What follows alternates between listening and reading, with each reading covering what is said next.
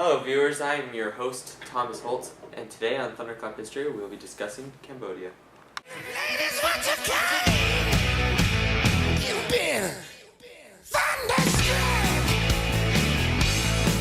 Thunderstruck. Yeah, thunderstruck. In 1954, Cambodia was able to receive complete independence from France after it had been a protectorate for 91 years. In 1945, at the age of 22, Norodom Sihanouk took control of Cambodia, making him the country's first prime minister. In 1963, Sihanouk ended the United States' aid program, and by 1965, all ties had been severed. As this was going on in Cambodia, a man by the name of Salas Sar was learning about Marxism while he was attending technical school in France. After he'd failed his college exams for the third time, he was forced to return to Cambodia. When he returned to Cambodia, he started the Cambodian Communist Party, which was later given the name the Khmer Rouge. Sihanouk felt threatened by the newly formed party, so he forced them into the jungle.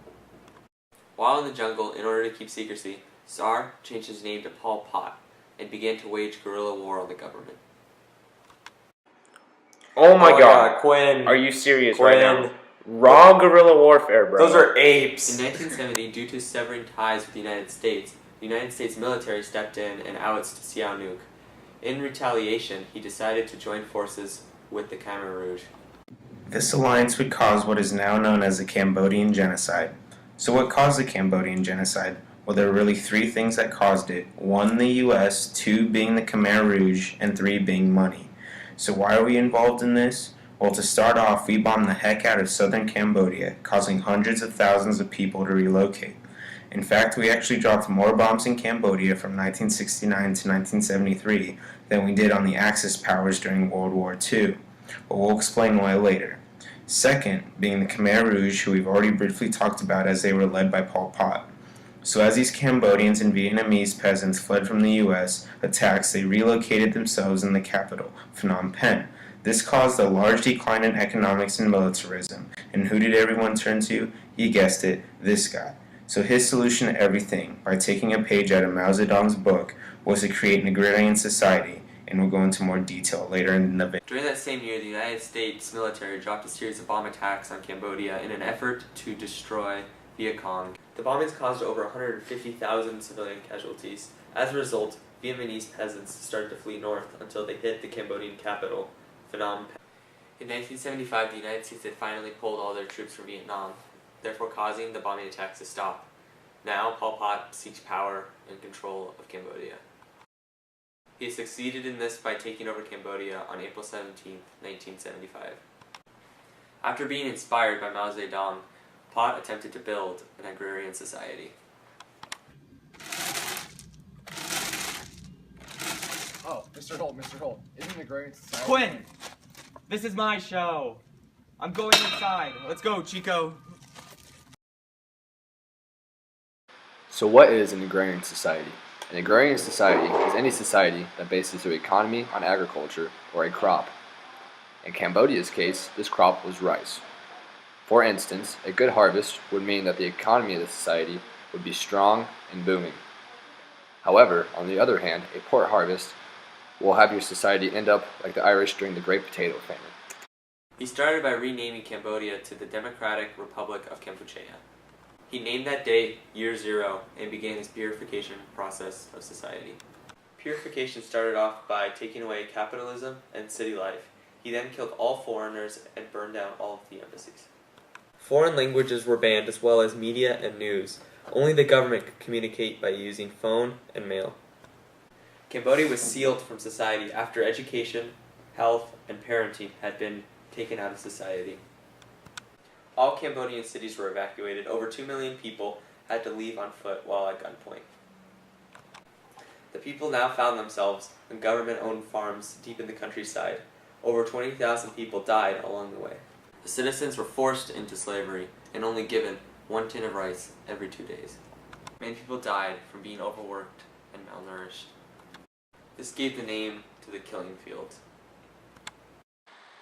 Killing fields were plots of land spread over the country where millions of people's lives were taken, then their corpses buried during the Khmer Rouge's reign over Cambodia.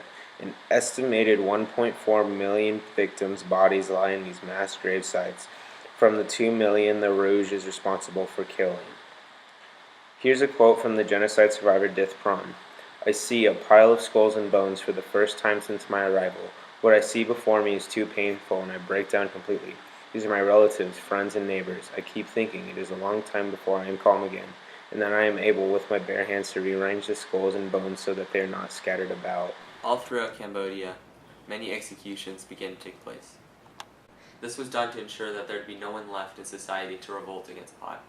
These executions included anyone who was educated or was ex-military. Even if you wore something as simple as glasses, you were executed. Now time for today's open letter. Why, thank you. You're welcome.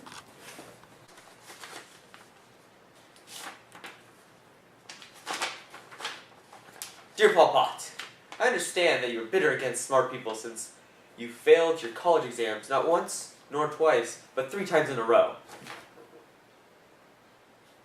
Are we going to change the angle? But killing all the smart people is a terrible idea! Congrats, Pol Pot. You now have a country completely ran by uneducated farmers. On that note, I'd like to congratulate you on all of your success. Yours truly, Thomas Holt.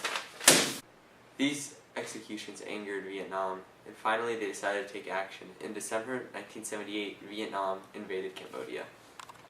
On January 7, 1979, they captured Phnom Penh, pushing the Khmer Rouge into Thailand. The Vietnamese were backed by the UN. This allowed them to successfully take control of Cambodia. The Vietnamese created a new government, calling it the People's Republic of Kampuchea. Khmer Rouge lasted until 1999, until all of its leaders were either killed or arrested.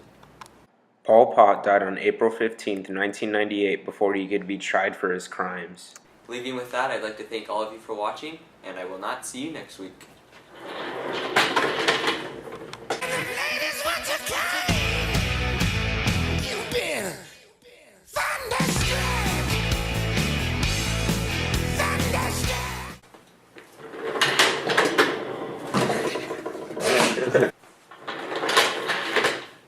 Too short. Been listening to the ocean for 7 days, 7 nights. After the United States bombings over...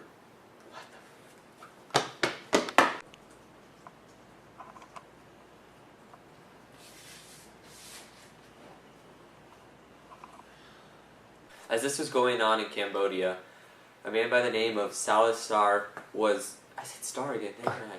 Why? As this was occurring in Cambodia, a man by the name of Salas Sar was... As this was going on in Cambodia, a man by the name Salas Star... Oh my god, Tommy, dude. As this was going on... As this was occurring in Cambodia, a man by the name Salas Sar... I said it right! As this was occurring in Cambodia, a man by the name Salas Sar was learning Marxism and technical skills. Sihanouk felt threatened. Felt friend. I've always felt threatened.